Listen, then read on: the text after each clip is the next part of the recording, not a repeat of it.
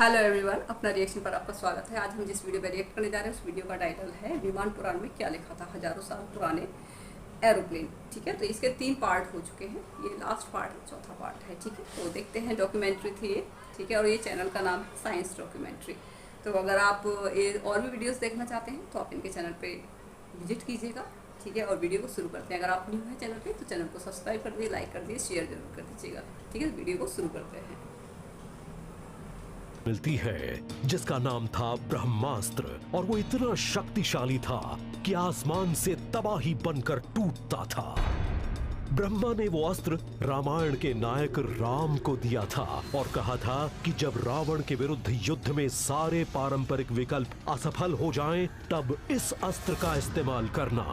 मानव सभ्यता के इतिहास में ब्रह्मास्त्र से ज्यादा खतरनाक हथियार और कोई नहीं है। वो एक परमाणु अस्त्र था जिसका विस्फोट किया जा सकता था और उसका असर भी विनाशकारी था।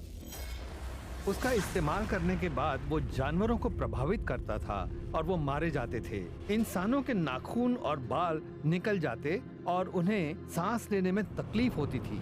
माना जाता है कि राम ने ब्रह्मास्त्र का इस्तेमाल किया था ध्रुमतुल्य पर। इस बात का उल्लेख है कि वो पाकिस्तान की सरहद के पास राजस्थान में गिरा था। ये दुनिया का 19वां सबसे बड़ा रेगिस्तान है। तो क्या राजस्थान के थार रेगिस्तान में मिली रेडियो एक्टिव राख की वो परत इस बात का प्रमाण है कि प्राचीन लेखों में कही गई बातें सही हैं? परमाणु युद्ध, अंतरिक्ष यात्रा, उड़ने वाले विमान, क्या हमारे टेक्नोलॉजिकल अतीत के कई और बड़े राज उन प्राचीन लेखों में छिपे हैं? और अगर ऐसा है तो क्या वो हमें मानव सभ्यता की तय नियति की ओर ले जाने की चेतावनी भी हो सकते हैं? राणकपुर, भारत। चौमुखा जैन मंदिर। 15वीं सदी ईस्वी में बना ये मंदिर जैन धर्म के पहले तीर्थंकर ऋषभनाथ का है। उनके बारे में कहा जाता है कि वो मानव जाति को सभ्य बना रहे थे और उन्हें लेखन, गणित, विज्ञान और कृषि सिखाते थे। माना जाता है कि जैन धर्म हिंदू धर्म से भी पुराना धर्म है।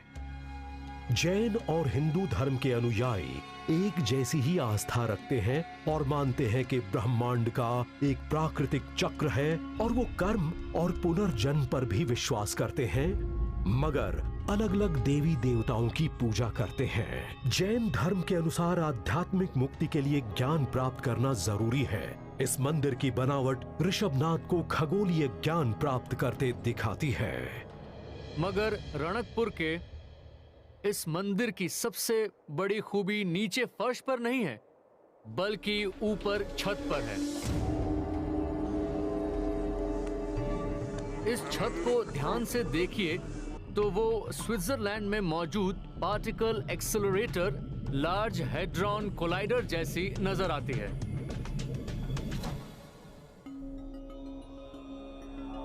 अगर इसकी छत को देखा जाए तो वहां की गई नक्काशी बड़ी ही अनोखी लगती है। वो गोल आकार की है, उसमें पट्टियों के अंदर पट्टियां बनी हैं और सभी लाइंस उसमें केंद्र की ओर जाती हैं। इसे देखने के बाद बड़े ही साफ तौर पर इस छत और लार्ज हैड्रॉन कोलाइडर में समानता नजर आती है।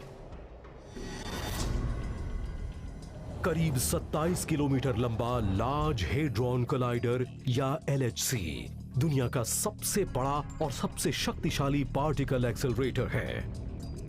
इसे बनाया गया था छोटे छोटे प्रोटॉन्स को करीब 11 करोड़ किलोमीटर प्रति घंटा यानी प्रकाश जितनी रफ्तार से आपस में टकराने के लिए। माना जाता है कि इन टक्करों से जो ऊर्जा पैदा होगी वो करीब करीब बिग बैंग के बाद पैदा हुई ऊर्जा के बराबर होगी। बहुत से वैज्ञानिक मानते हैं कि उसी घटना से ब्रह्मांड का जन्म हुआ था। मगर इन टक्करों का परीक्षण करने के बाद वैज्ञानिक ये अंदाजा लगा सकते हैं कि ब्रह्मांड की शुरुआत कैसे हुई थी। Hadron super collider. इसका असली मकसद है बिग बैंग के ठीक बाद के माहौल जैसे माहौल को बनाना, क्योंकि तभी ब्रह्मांड की रचना हुई थी। लेकिन फिक्र की बात यह है कि हम वो हालात पैदा करना चाहते हैं जो बिग बैंग के बाद के ब्रह्मांड में थे। हमें उन चीजों का भी सामना करना पड़ेगा जो ब्रह्मांड की रचना के समय इधर उधर तैर रही थी, और हम उनसे बचना चाहते हैं। लेकिन इन अनजान चीजों से बच पाना बहुत मुश्किल है।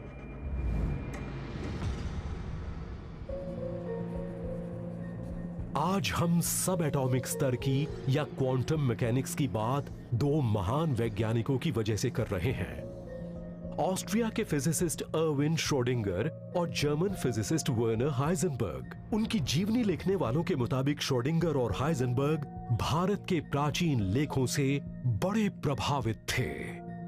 हाइजेनबर्ग ने तो साफ तौर पर कहा था कि जिसने भी हिंदू आध्यात्मिक लेख वेदांत पढ़ा है उसे क्वांटम थियरी अनोखी नहीं लगेगी। मगर वो ऐसा क्यों कह रहे थे? दरअसल हिंदुओं का दुनिया को देखने का एक बड़ा अलग तरीका है। वो इस क्वांटम रियलिटी की सोच को भी त्रुटि कहते हैं, और ये वो छोटे छोटे कण हैं जिनसे ये पूरा भौतिक संसार बना है। ये बहुत ही दिलचस्प बात है कि वो प्राचीन लेख आज भी प्रभावी हैं, और उन्हीं की बदौलत 20वीं सदी की शुरुआत में क्वांटम मैकेनिक्स का विकास हुआ। इससे पता लगता है कि जिस संस्कृति ने वो लेख लिखे थे उसे क्वांटम मैकेनिक्स का पता था। हिंदू लेख कई मायनों में उन बातों के बारे में पहले ही बता देते हैं जो आगे होने वाले हैं। हो सकता है कि उनमें से कुछ लोगों को परग्रहियों से निर्देश मिल रहे हों, और कहा जा रहा हो कि उन्हें संरक्षित रखो ताकि आज जब हम उन्हें देखें तो उस समानता को महसूस कर सकें। हमें इस बात की संभावना को याद रखना होगा कि ये शायद किसी बड़े दिव्य उद्देश्य के लिए हमें परग्रहियों से मिला एक दान है। हो सकता है कि ये लेख हमें अपने भविष्य की एक झलक दिखा रहे हों और हमारे लिए एक चेतावनी हो, और हो सकता है कि हम जिस रास्ते पर चल रहे हैं उसे नहीं बदला तो अंजाम बहुत बुरा हो। अगर परग्रहियों ने हमारे पूर्वजों को लुप्त उन्नत टेक्नोलॉजी और सिद्धांतों को दर्ज करने का निर्देश दिया था, तो क्या वो उसे हमारे लिए एक दिशा निर्देश बनाना चाहते थे जिसे हम वैज्ञानिक रूप से उन्नत होने पर समझ सकें?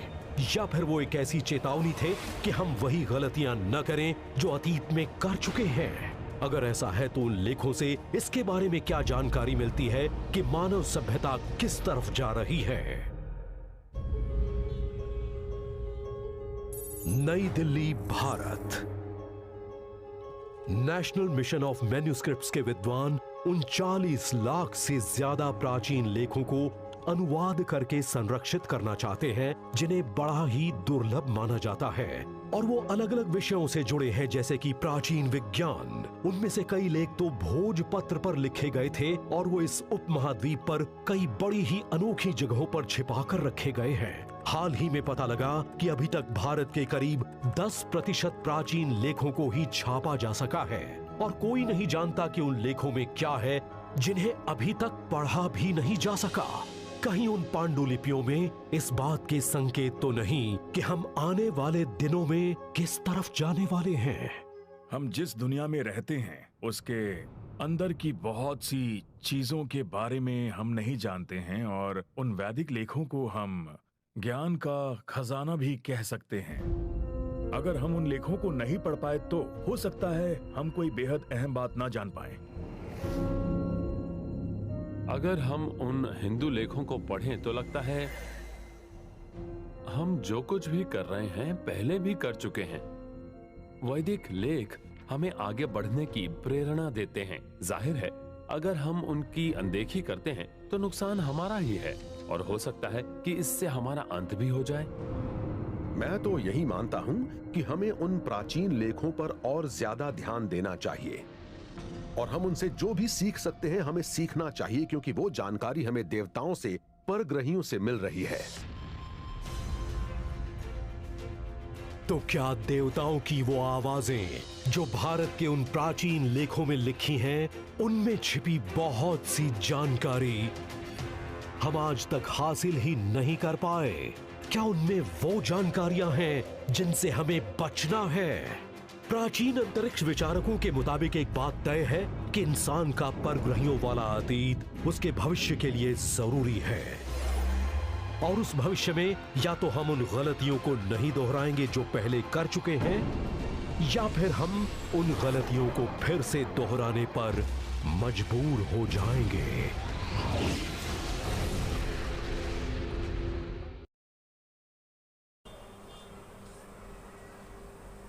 तो वीडियो कंप्लीट हो गई।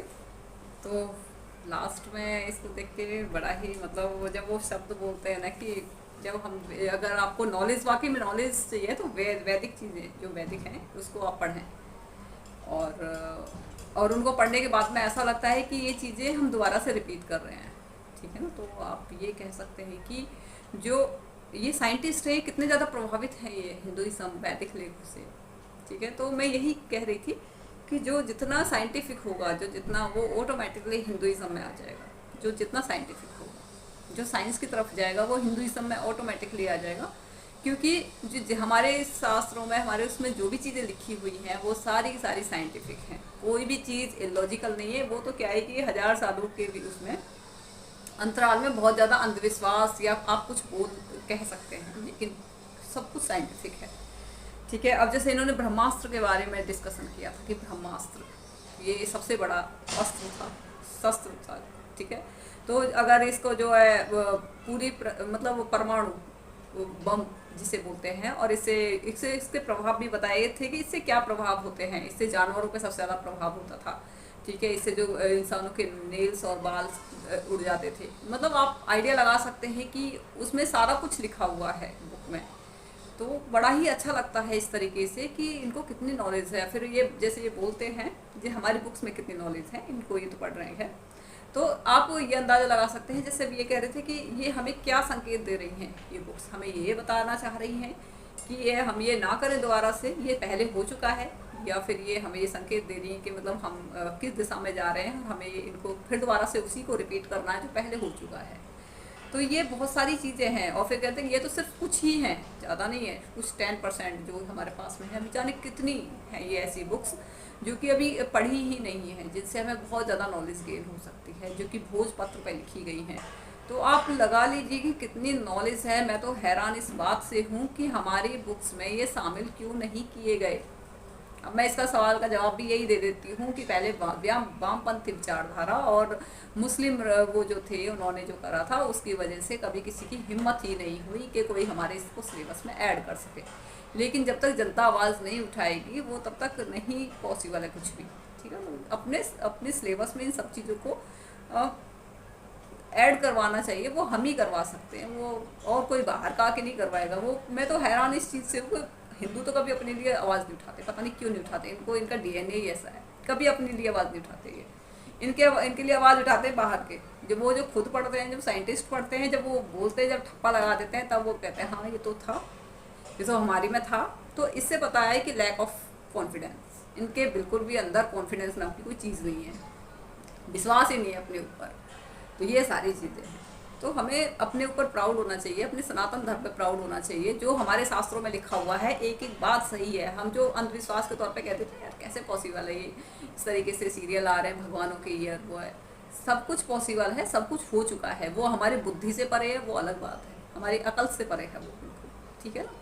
वो हमारी उससे परे है। कुछ ये कि उन्होंने कुछ बना के इस तरीके से कर दिया तो ऑटोमेटिकली अंधविश्वास लगता है, ठीक है। तो काफ़ी चीज़ें अभी बहुत कुछ जानना है जो हमारे जो उसमें लिखा हुआ है, हमारी स्क्रिप्चर्स में लिखे हुए हैं। और आप यकीन मानेंगे कि ये जो हमारे जो मंदिरों में जो इतनी ज़्यादा जो लिखे जाते हैं ना, इस पर जो मिलते हैं, लेख मिलते हैं, या फिर आपको पिक्चर्स मिलती हैं बहुत ज़्यादा। तो ये सिर्फ मंदिर कोई आपके सिर्फ वैसे नहीं थे पूजा पाठ के स्थल, उसके साथ साथ में यहाँ पे पूरे एक तरीके से आप लैब बोल सकते हैं। सारे उसमें चित्रकारी, सारे कुछ बच्चों को समझाने के लिए सारा कुछ था उसमें। मैंने एक प्रवीण मोहन जी की एक वीडियो देखी थी जिसमें बताया था कि जैसे ट्यूब बेबी होते हैं ना आजकल, तो वो ट्यूब बेबी किस तरीके से पैदा होते हैं। बाकायदा एक मंदिर में पूरा स्ट्रक्चर दे रखा है, पूरा उसमें शुक्राणु किस तरीके से क्या करते हैं, सारा कुछ उसमें लिख रखा है। तो आप बताइए कि एक मंदिर में इस तरीके से लिखा हुआ है, वो सारा कुछ लिखा हुआ है, और वो मतलब कभी इन चीज़ों को वो नहीं किया गया, एक्सप्लेन नहीं किया गया। बड़ा दुख होता है इन सब चीज़ों के लिए। तो बड़ा ही दुख होता है ये सारी बातें जान के कि मतलब इतनी सारी चीज़ें हैं, इतनी सारी नॉलेज है और कहाँ पे दबा दी गई वो सारी चीज़ें। लेकिन ये है कि अब जैसे जैसे लोगों को पता चलेगी तो वो आवाज़ ज़रूर उठाएंगे। और भी इन्होंने बहुत सारी बातें बताई हैं हमारे हिंदुइज़्म के बारे में, और क्या बोलूँ मैं, मतलब कितनी भी बातें कर लो ख़त्म ही नहीं होती, बहुत ज़्यादा।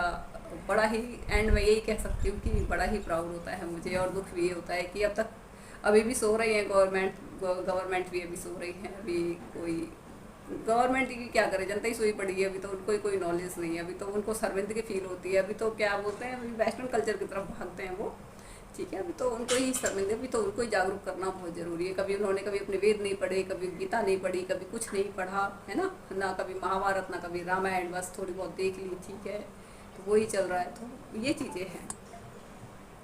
तो आप बताएगा आपको कैसी लगी है हमारी वीडियो। अगर आपको ये वीडियो पसंद आई हो तो आप इस चैनल को सब्सक्राइब कर दीजिएगा, और कैसा लगा हमारा रिएक्शन, ठीक है। और आप उम्मीद है कि आपको ये रिएक्शन आपको ज़रूर पसंद आया होगा, और ये जो डॉक्यूमेंट्री ये भी आपको बहुत पसंद आई होगी, और आपको बहुत सारी बातें पता चली होंगी अपने उसके बारे में, हिंदुइज़्म के बारे में, और आपको बड़ा ही प्राउड हुआ होगा कि इस तरीके से है। अब वो उसमें बताया था कि राजस्थान का भी इसमें उल्लेख किया गया था कि वहाँ की जैसे रेगिस्तानी मिट्टी है वहाँ पे, तो अस्त्र वहाँ पे भी ब्रह्मास्त्र या किसी चीज़ का प्रयोग हुआ हो, क्योंकि उसकी जब मिट्टी की खुदाई करते हैं तो सारा कुछ नीचे इस तरीके से दिखाई देता है, उसमें रेडियो दिखाई देते हैं।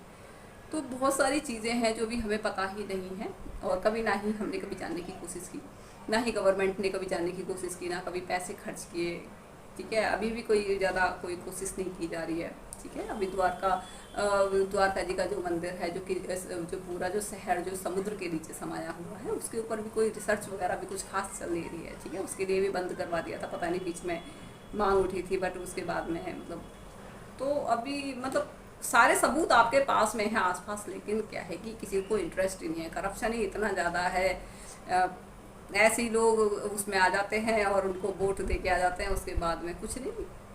ये चीज़ें हैं, तो लोगों को सोचना चाहिए कि आप जिनको वोट दे रहे हैं, क्या उनके अंदर नॉलेज है, क्या वो सनातनी है, क्या वो वाकई में हिंदुइज्म को फॉलो करते हैं, क्या वो उन्होंने वेदों का उनको ज्ञान है।